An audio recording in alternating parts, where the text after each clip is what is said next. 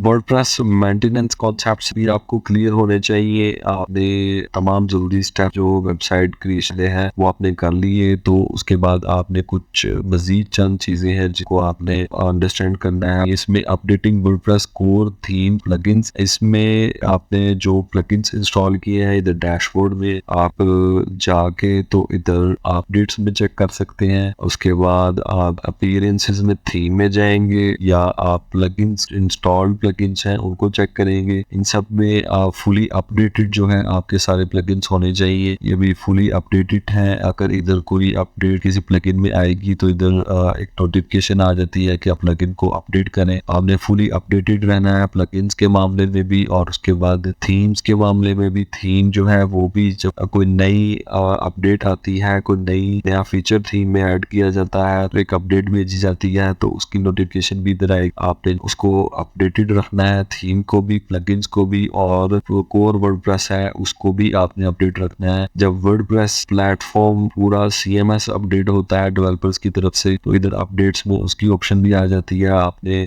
यहाँ option show होगी, आपने इसको भी अपडेटेड रखना है। ये बहुत जरूरी है कोर थीम और प्लगइन्स को अपडेट रखना। बहुत सारे इश्यूज से वेबसाइट बच जाती है अगर आपकी वेबसाइट जो है कंप्लीटली अपडेटेड हो। उसके बाद रेगुलर बैकअप्स और रिस्टोर प्रोसीजर है, इसको भी हमने प्रीवियसली डिस्कस किया कि हम किस तरीके से होस्टिंगर में भी कुछ ऑप्शन प्रोवाइड होती है शेड्यूल बैकअप्स की या रेगुलर बैकअप्स की, या फिर आप वो जो प्लगइन्स यूज करेंगे जो आप साइट क्रिएशन में कंप्लीट उसका ट्यूटोरियल करेंगे उसमें आप चेक करेंगे। इस कॉन्सेप्ट को आपने क्लियर रखना है कि आप कब जो है वो रेगुलर करने हैं और जो है वो रिस्टोर प्रोसीजर्स क्या होते हैं। उसके बाद ट्रबल शूटिंग कॉमन इश्यूज हैं, डायग्नोस्टिक टूल और एरर लॉग्स। आपने जो है इन चीजों को भी देखकर आप इधर अपने डैशबोर्ड के मेन डैशबोर्ड में आ जाएंगे, तो इधर आपको एक ऑप्शन जो है वो मिलेगी आपकी साइट की हेल्थ से रिलेटेड, हमने उसको मद्देनजर रखना है। ये साइट हेल्थ की जो है वो स्टेटस है।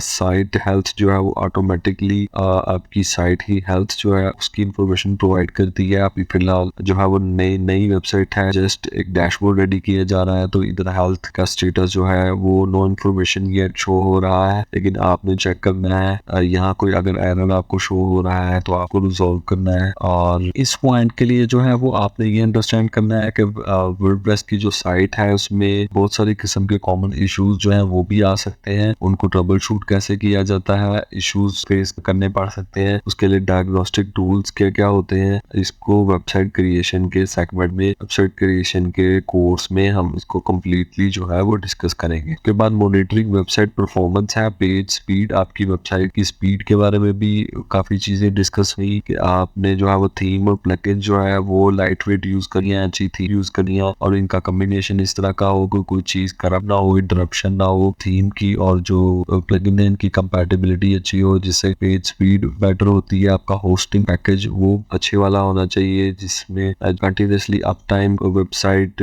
पे कंटिन्यूसली अप टाइम रहे, डाउन टाइम ना फेस करना पड़े। तो ये पेज स्पीड जो है उसको आपने मद्देनजर जरूर रखना है। उस बाद टाइम मॉनिटरिंग के लिए आपने प्लगइन जिसको हम वेबसाइट क्रिएशन में डिस्कस करेंगे वो हमने इंटीग्रेट करना है कि जब भी वेबसाइट डाउन टाइम फेस करे तो उसकी नोटिफिकेशन आ जाए, ताकि जल्द से जल्द प्रॉब्लम को, इशू को सॉल्व किया जाए और वेबसाइट डाउन टाइम से बच जाए।